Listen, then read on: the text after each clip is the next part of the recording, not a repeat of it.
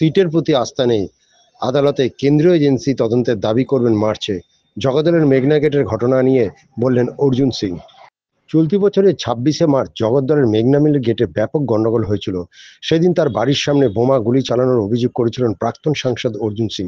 যদিও এই ঘটনায় পুলিশের অভিযোগ নেয়নি, উল্টে নমিত সিং অর্জুন সিং এর বিরুদ্ধে গুলি চালানোর অভিযোগ করেছিলেন। পুলিশের পক্ষপাতিত্বে বিরুদ্ধে হাইকোর্টে দ্বারস্থ হয়েছিলেন প্রাক্তন সাংসদ। গত 24শে অক্টোবর উচ্চ আদালতে রায় দিয়েছিলেন এফআইআর নিতে হবে এবং সিট গঠন করে পূর্ণাঙ্গ তদন্ত করতে হবে। আদালতের নির্দেশ মতো বুধবার বেলা জগদ্দল থানার অভিযোগ দায়ের করতে আসেন প্রাক্তন সাংসদ অর্জুন সিং। অনলাইন এফআইআর করেছিলাম, এটাকে এফআইআর ট্রিটমেন্ট দেয়নি এরা। আমাকে বাধ্য হয়ে কোর্টে যেতে হয়েছিল, কোর্টে গিয়ে আমাকে অর্ডার করাতে হলো।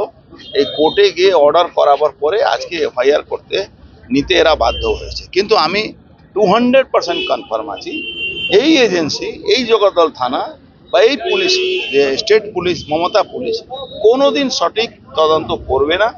আমাদেরকে আবার এই মামলাটাকে নিয়ে হাইকোর্টে গিয়ে আমাদের সেন্ট্রাল এজেন্সির মাধ্যমে এই ইনভেস্টিগেশনটা করাতে হবে। আপনারা যে জনপ্রতিনিধি ছিলেন, এখনো জনপ্রতিনিধি, ভিভিআইপি, আপনাদের যদি এফআইআর যদি না ট্রিটমেন্ট হয় ঠিকমতো, সাধারণ মানুষের তো কোনো জায়গা নেই, আমাদেরও কোনো জায়গা নেই। সাধারণ মানুষের এখানে কোনো আইনের শাসন নেই। এখানে শাসকের আইন চলছে, শাসক ওখান থেকে ইনস্ট্রাকশন দিচ্ছে, সেই হিসাবে এই থানার এখানে ওসি কাজ করে। এ তো পুরোপুরি তৃণমূলের দালাল হিসাবে কাজ করে।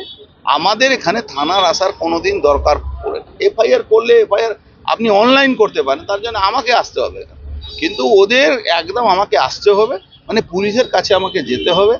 এই পুলিশের কাছে যেতে হচ্ছে যে পুলিশের উপরে আমার কোনো আস্থা নেই কি এই পুলিশ এই তদন্তটা করবে। কেন যার এগেনস্টে মামলা তাদেরকে জামাই আদর করে এরা তাদের সঙ্গে বসে মদ খায়, তাদের সঙ্গে বসে খাওয়া দাওয়া করে, তাদের সঙ্গে হিস্সা নেয়, তাদের সঙ্গে লোহা চুরি পাক নেয়। এদের এই ঘটনা ঘটেছে আপনি জানেন তো, 26শে মার্চ আমার অফিসের পাশে গলিতে গুলি ফায়ারিং হচ্ছিল। আমি তখন অফিসে বসেছিলাম, নেমে দেখেছি কত লোক পালাচ্ছে। পালাতে ওদের তাড়া করেছি আমরা। করার পরে দেখলাম মেঘনা মোড়ের মেঘনা গেটের কাছে কয়েকশো লোক জামায়াত আছে। আমাদের পৌঁছে পরে ওরা পালিয়েছে। পালাতে সময় আবার গুলি চালিয়েছে। এবার গুলিটা তখন পুলিশও ছিল ওখানে। আমি পুলিশকেও বললাম, তোমাদের সামনে সব গুলি চলছে, কি করছে? আমরা খুব বেশি 1.5 মিনিট ওখানে দাঁড়িয়েছিলাম। ইতিমধ্যে একটা লোক শ্রীমন্দির গলিতে পড়ে গেছিল। আমি শ্রীমন্দির গলিতে অবধি গিয়েছিলাম, ওখানে দেখছি একটা লোক পড়ে আছে।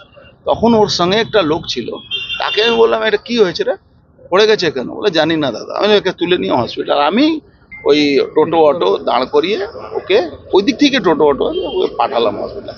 সে প্রথমে এফআইআর আমার নাম নেয়নি বা গুলি চালানো কোনো কথা বলিনি। তারপরে 164 করিয়ে ওকে কি অর্জুন সিং নাকি গুলি চালিয়েছে। এতে আমরা একটা এফআইআর করি কেন, তারপরে আমরা অফিসে যাওয়ার পরে আমার বাড়িতে বোম চলেছে। আমার পাশে আরো একটা বাড়ি আছে, সে বাড়ির উপরে বোম ছিল, একটা জ্বলন্ত, একটা ফাটিনি, একটা ফেটেছে। সেই মামলাটা আমরা এফআইআর করেছিলাম, কিন্তু এফআইআর ট্রিট করিনি। তখন হাইকোর্টে দ্বারস্থ হওয়ার পরে 6 মাস পরে হাইকোর্টে একটা অর্ডার দিয়েছে, তার অনুযায়ী আমাকে এখানে এফআইআর সিট গঠন হয়েছে। যে ওরা এফআইআর যে করেছিল, তার উপরে সিট গঠন হয়েছে। এই পুরো তদন্ত করা যাবে। বলছি সিটে কে আছেন? সিপি আছে, ব্যারাকপুর সিপি, আর ওর নিচে 7-8 জন আছে। আমাদের কোনো আস্থা নেই, মমতা পুলিশের উপরে কোনো আস্থা নেই। এই মামলাটাকে সেন্ট্রাল এজেন্সির কাছে, কোর্টকে আমরা রিকোয়েস্ট করব কি এই তদন্তটাকে সেন্ট্রাল এজেন্সিকে দিয়ে করা। কেন এদের উপরে কোনো আস্থা নেই। যে গুলিবিদ্ধ হয়েছে তার নাম ছিল সাদ্দাম, তার সাদ্দাম নাম ছিল। আর যারা গুলি চালিয়েছে তাদেরকে এরা কোনোদিনই খুঁজবে না। অথচ একটা সেই দিনই সুমোটো এফআইআর হয়েছিল, সেখানে 2 জনকে গুলি চালাতে দেখা গেছিল, পুলিশই নিজে দেখেছিল সিসিটিভিতে, পুলিশের সিসিটিভিতে।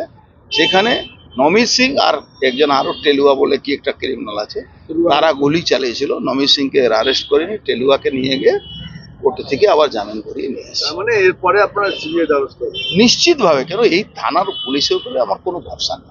পশ্চিমবঙ্গ পুলিশের উপরে মানুষ আর ভরসা নেই। তৃণমূলের লোক, তৃণমূলের গোষ্ঠীদ্বন্দ্বে মারা গেলে তার পরিবারের লোকেরা বলে সিবিআই তদন্ত চাই। সেখানে আমার কি এদের উপরে আস্থা থাকতে পারে? কোনোদিন আস্থা আপনিও কি নিশ্চিতভাবে এটা আমাকে কোর্টে বলতে হবে। কি বলবেন? সিবিআই তদন্ত হোক বা সেন্ট্রাল এজেন্সি, যে কোনো এজেন্সি, যেহেতু গুলি চলেছে, বোম চলেছে, এনআইএ দরকার আছে, এখানে তদন্ত করা যায়।